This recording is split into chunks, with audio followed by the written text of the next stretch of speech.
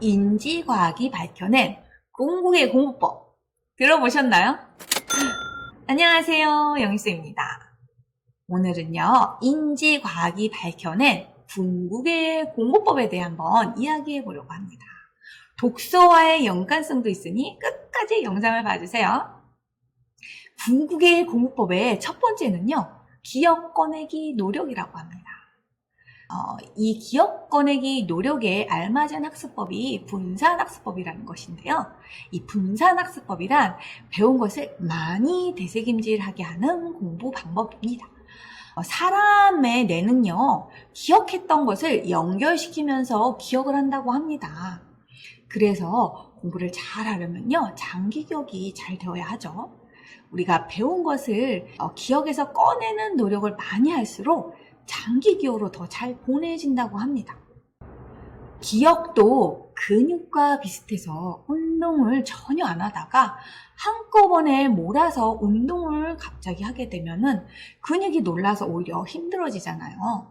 공부도 한꺼번에 몰아치기로 하면 힘들고 기억이 잘 안 된다고 합니다.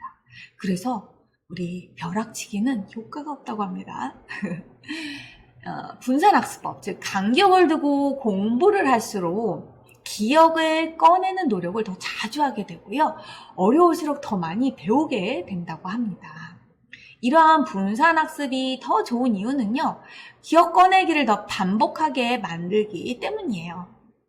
사지선다형도 효과는 있지만 배운 것을 스스로 재구성하는 문제가 배운 것을 자신이 직접 기억해서 꺼내게 만드는 그런 문제들이 더 효과가 좋다고 합니다.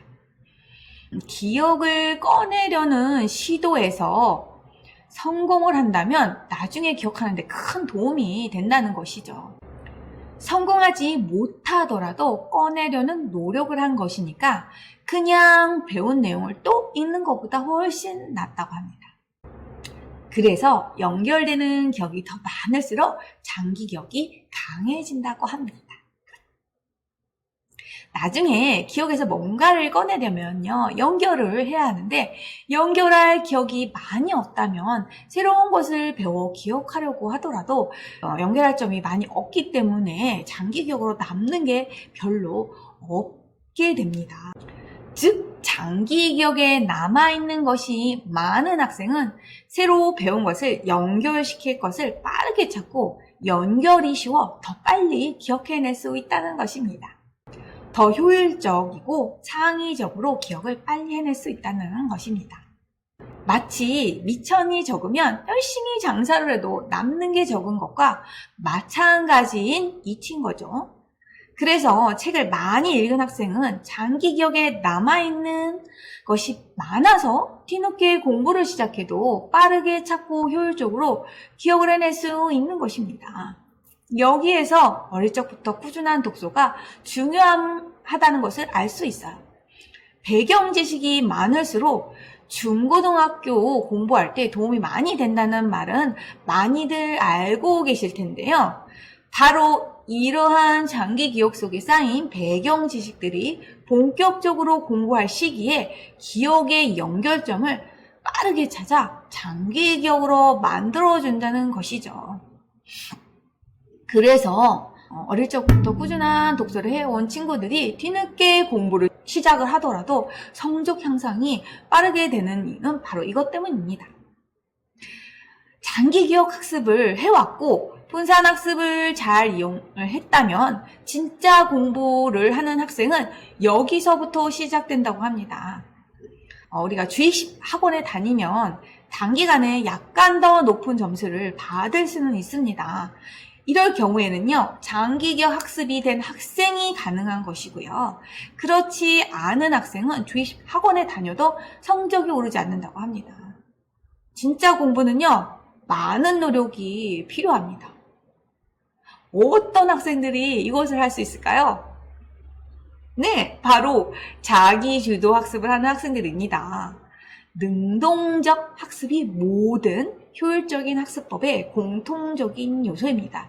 그래서 두 번째 궁극의 공부법은 셀프 테스트입니다. 메타인지 전공자인 콜롬비아대 심리학과 리사손 교수와 아주대 심리학과 팀은 함께 인천 하늘고 1학년 학생들을 대상으로 공부법 비교 실험을 했었습니다. 이때 1학년 학생들에게 단어장을 읽고 외우게 한 뒤 한 번은 다시 읽기, 즉 재학습을 하고 다른 한 번은 퀴즈를 풀듯이 셀프 테스트를 하게 하는 실험을 했습니다. 이와 함께 자신이 몇 점을 받을 것인지 예상 점수를 적어내게 했는데요. 이러한 실험 결과 학생들의 예상 점수는 재학습의 경우가 높았지만 실제 점수는 셀프 테스트가 10점이나 높았다고 합니다. 셀프 테스트는 자신이 아는지 모르는지를 확인하는 메타인지 과정을 거치기 때문에 이것만으로 10점의 성적 상승 효과가 있는 것으로 나타났다고 합니다. 그런데 셀프 테스트가 더 나은 학습법임에도 불구하고 대부분의 학생들은 재학습을 선호했습니다. 콜롬비아대 심리학과 리사손 교수에 따르면 학생들이 셀프 테스트를 싫어하는 이유는요, 그 과정에서 틀리면 받을 스트레스를 싫어하기 때문이라고 합니다. 재학습을 선호하는 이유는 읽었던 것을 또 읽으면 알고 있다는 착각이 생겨서 기분이 좋아지기 때문이라고 합니다. 그래서요, 셀프 테스트가 진짜 공부임에도 불구하고 재학습이 좋은 공부라고 착각하고 재학습을 하면서 공부가 잘 된다고 착각을 한다는 것이죠. 자신의 공부를 바라보는 이 메타인지 능력이 부족하기 때문인데 쉽게 배운 것은요, 쉽게 잊어버리기 마련입니다. 세 번째 궁극의 공부법은 메타인지, 즉 자기주도 학습법이라고 합니다. 다 연결성이 있지요. 메타인지라는 것은요, 크게 두 부분으로 구성이 됩니다. 첫째, 자기 공부를 바라보는 자기평가.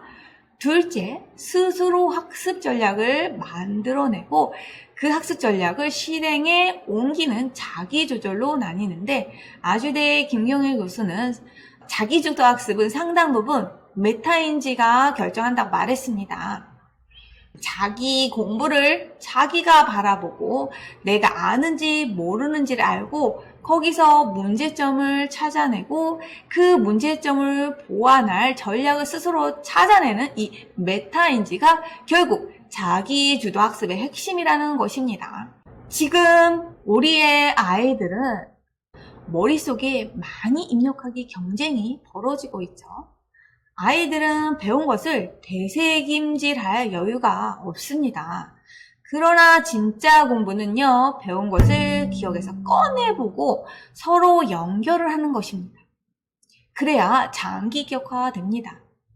어릴 때부터 꾸준한 독서를 통해 배경 지식을 쌓고 읽은 책에 대해 이야기를 나누며 책의 내용을 되새김질하는 습관을 가진다면 학년이 올라가면서 새롭게 배우는 것들을 기존의 장기 기억들과 연결점을 빠르게 찾으면서 효율적으로 장기 기억화시킬 수 있을 것입니다. 오늘 인지과학에서 밝혀낸 궁극의 공부법에 대해 이야기해봤는데 영상이 도움이 되셨을까요? 도움이 되셨다면 좋아요와 구독 부탁드립니다. 오늘도 행복한 하루 되세요.